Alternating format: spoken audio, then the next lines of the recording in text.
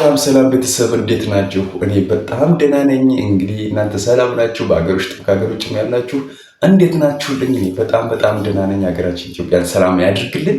እንግዲህ በዛሬው ዕለት በአዲስ ቪዲዮ መጥቻለሁ ማለት ነው። የመጣሁበት ቪዲዮ ደግሞ ምን ይመስላል ካላችሁኝ፣ ሩታ ወደ ውጭ ሀገር ልጄን ይዤ ካልሄድኩ ፕሮሰስ ጀምሬያለሁ ልሄድ ነው እያለች ነው። እንግዲህ እየሄደችውና እየሞከረችው ያለ እንቅስቃሴስ ጥሩ ነው ወይ እንደናንተ ያሰበችው ነገር ሲሳካ ነው የሚለው ነገር። ምክንያቱም ህፃን ልጅ ይዞ ውጭ ሀገር መሄድ እንዴት ነው ሀስል በጣም አስቸጋሪ ነገር ነው። ምክንያቱም ውጭ ሀገር ሂዶ ልጅን የሚይዝ የለም። እንዴት ነው ሰርታ ልትበላ የምትችለው? ሰርታ ልትኖር የምትችለው እንዴት ነው? በቃ ምክንያቱም አሁን እሷ እያሰበችው ያለ ያው ሰላምን ማግኘት አለብኝ። እስኪ ወደ ቪዲዮ እንሂድና ከቪዲዮ አንጻር ደግሞ መናገር ያለብንን ነገር እንናገራለን። ከዚህ በኋላ ግን ህይወቴን ማንም ቻሌንጅ እንዲያደርገኝ አልፈቅድም። በቃኝ እና ማለት ነገሮችን ትክክል ነሽ። አሁን ቁልፉ ሚና ርቆ መሄድ አይደለም። አሁን እነሱ ስላንቺ ማውራት እንዳይችሉ ማድረግ የምትችሉ ጥሎ በመሄድ አይደለም፣ ወይም በመሰደድ አይደለም። አንደኛ ከዚህ ሀገር ስትሰደጅ ወይም ደግሞ ከኢትዮጵያ ውጭ ስትሄጂ የምታጫቸው ብዙ ነገሮች አሉ። ቤተሰቦችሽን ታጫለሽ። አሁን ቤተሰቦችሽ በብዙ ነገር ልጅሽን ለማሳደግ ያግዙሻል። ምክንያቱም ይይዙልሻል። የሆነ ቦታ ስትሄጂ እነሱ ያቆዩሻል ምናምን ነገር። ሲቀጥል ደግሞ የኢትዮጵያን የመሰለ ለእኔ አለ ብዬ አላምንም። ምክንያቱም አንቺ አንድና እንደምትጠዩ መሄድ የፈለግሽበት ምክንያት በነ አብርሃም፣ በነ ሄርሜላ፣ በነ ናታን፣ በነ አቤል፣ በነ ብሩክ ጉዳይ ነው መሄድ የፈለግሽው። ስለዚህ እነሱ ደግሞ በፈለጋቸው መንፈስ ይችላሉ። አሁን አንቺ ባሰብሽበት መንገድ ብቻ አይደለም። እነሱ እንደዛ ስለሆኑ አይደለም። እነሱ ብዙ አይነት ችግር ስለፈጠሩ አይደለም። በቃ እነሱ መሄድ በሚፈልጉበት ቦታ መሄድ ይችላሉ።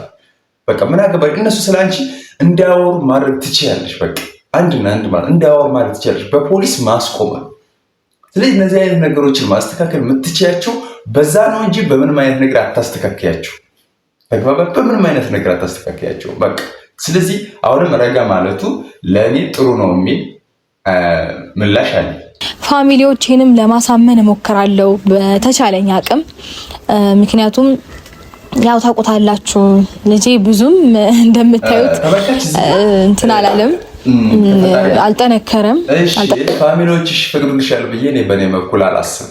ለምንድነው የማላስብበት ምክንያት አንቺ እንደምትፈልጊው ነገር አይደለም። ፋሚሊ የሚያይበት አንግል ሌላ ነው፣ አንቺ የምታይበት አንግል ሌላ ነው። ሌሎች ሰዎች ደግሞ የሚያይበት አንግል ሌላ ነው፣ እኛ ደግሞ የምናይበት አንግል ሌላ ነው። ስለዚህ ቤተሰቦችሽ አውቶማቲካሊ አይፈቅዱልሽም። በቃ እኔ እስከማውቀውና እስከሚገባኝ አይፈቅዱልሽም። ለምን? አንቺ አሁን አዲስ ልጅ 90 ቀን ያልሞላው በቅጥ 3 ወር ያልሞላው ልጅ ይዘሽ ወደ ውጭ ለመሄድ ስታስቢ እንዴት ነው ሀሳቡስ ይመጣልሽ? እዚህ ኢትዮጵያ ውስጥ ሆኖ እነሱ ጋር አለመነጋገር፣ እነሱ ጋር አለመመላለስ፣ እነሱ ጋር አለመገናኘት አይቻልም እንዴ? የግድ ካለ እነሱ ቁርኝት ውስጥ በቃ ኢትዮጵያ ውስጥ መኖር አትችይም እንዴ? ስለዚህ እንደዚህ አይነት ነገሮችን አስወግጃቸው። ለአንቺ አይጠቅሙሽም። ለአንቺ ብቻ ሳይሆን አልፎ ለልጅሽ መጥፎ ነው። ምክንያቱም ልጅሽ ማደግ ያለበት ፋሚሊ ጋር ማደግ አለበት። ማደግ ያለበት ፋሚሊ ስልሽ ደግሞ ከቤተሰቦች ጋር ከአንቺ ቤተሰቦች ጋር አለ አይደል? እነሱ ጋር አንዳንዴ ነው አብርሃም ሊመጣ የሚችለው፣ በዛ መንገድ ማደግ አለበት። ከዛ ውጭ ግን አንቺ እንደዚህ ያለንች በቃ የጭቃጭቁኛል እንደ ችግር ይፈጥራሉ፣ ስለኔ ብዙ ነገር ያወራሉ ምናምን እያልሽ መጥፎ ነገር ውስጥ ለመግባትና ራስሽ ላይ የሆነ ውሳኔ ትወስጂ ከሆነ ለእነዛ ሰዎች ይበልጥ ስቴዲየምና ሜዳውን እየለቀቅሽላቸው ነው። እነሱ ደግሞ ይበልጥ ደስ ይላቸዋል ማለት ነው። እና እንደዚህ አይነት ሀሳብሽን አስወግጅ። በቃ መወገድ ያለበት ሀሳብ ነው፣ ጥሩም አይደለም። በቃ አንቺ እንደምታስበው አይደለም። ቻሌንጆችን መጋፈጥ አይኖ እችላለሁ፣ ምንም አያቅተኝም። ምክንያቱም ከዚህ ትክክል ነሽ። ብዙ ቻሌንጅ አልፈሻል፣ ብዙ ዋጋ ከፍለሻል። ከባድ እንደሆነ ታውቂያለሽ። ከባድ እንደሆነ ታወቅሽ። ለማን አባቱ ደስ ይበል ነው እንደዚህ አይነት ነገር ውሳኔ ወስነሽ የምትሄጁ። ቻሌንጅ እንደሆነ ካወቅሽ፣ ችግር እንደሆነ ካወቅሽ ማለት ነው። ኔከሪ ለሚያወሩት ወሬ በቃ መዝጋት ነው። ምንም የሚያስፈልገው ነገር የለም። ይሄ እኮ ቀላል ነገር ነው።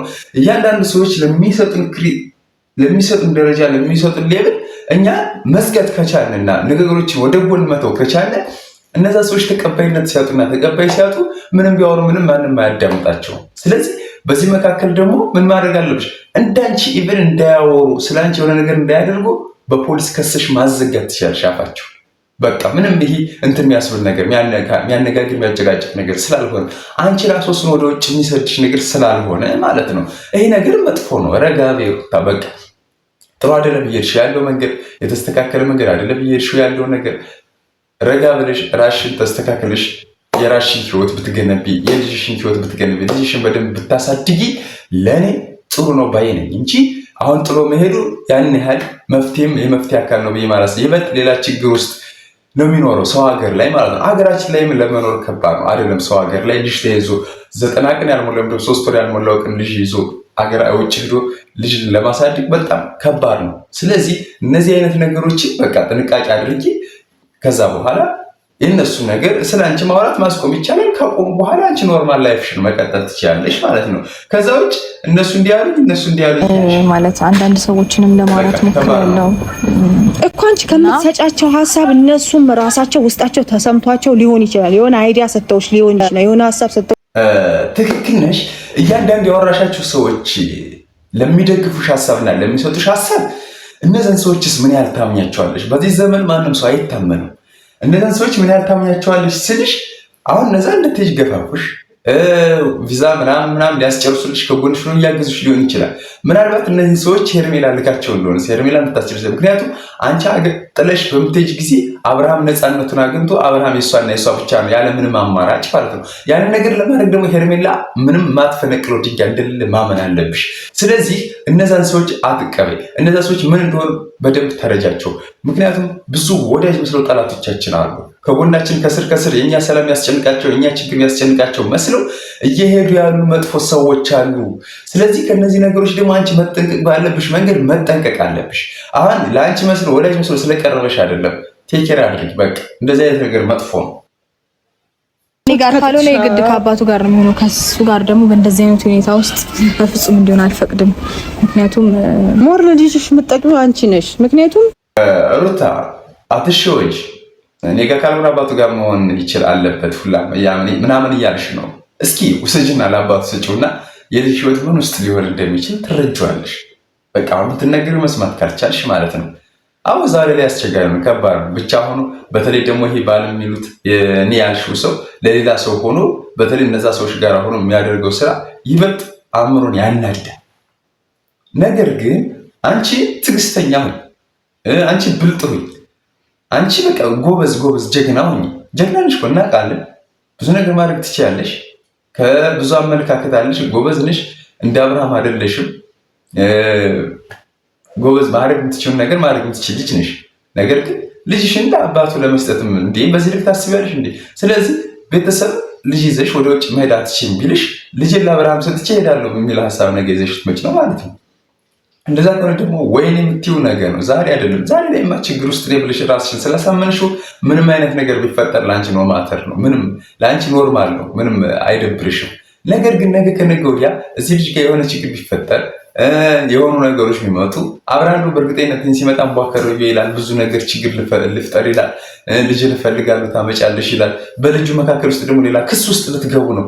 ስለዚህ አሁንም ደግሞ ይበልጥ ሌላ ችግር ከመፍጠርሽ በፊት ይህንን ወደ ውጭ መሄድ እፈልጋለሁ የምትሆን ሀሳብሽ ወደ ጎን ታዩና ያለሽን ስራ እንድትሰሪ ነው። የራስሽን መንገድ እንድትሄጅ ነው። ስለዚህ እኛ ደግሞ ከጎንሽ ነን። ማንም ምንም ስለወራ አይደለም። ማንም ምንም ችግር ስለፈጠረ አይደለም። ማንም ስላንቦለቦለ አይደለም። በግል እየተሰባሰቡ እየቆመሩ ቁማር ይዘው ስለመጡ አይደለም። ታያቸው በቃ እነሱ ስራቸውን ካደረጉት መቆመርን በአንቺ ላይ የሆነ ችግር መፍጠር እንደ ስራቸው ቆጥሩ በቃ ስራቸው ነው ብሎ ይስሩ። ምን አገባሽ አንቺ? አንቺን መጥቶ በአካል እስካልነካሽ ድረስ የሆነ ችግር እስካልፈጠረብሽ ድረስ ማንም ሰው ስለሚያወራው ወሬ ኖርማል ነው። እነሱ የፈጠራ ወሬያቸውን መቀጠል እንደሆነ ነገ ከነገ ወዲያ አያቆሙም ማለት ነው።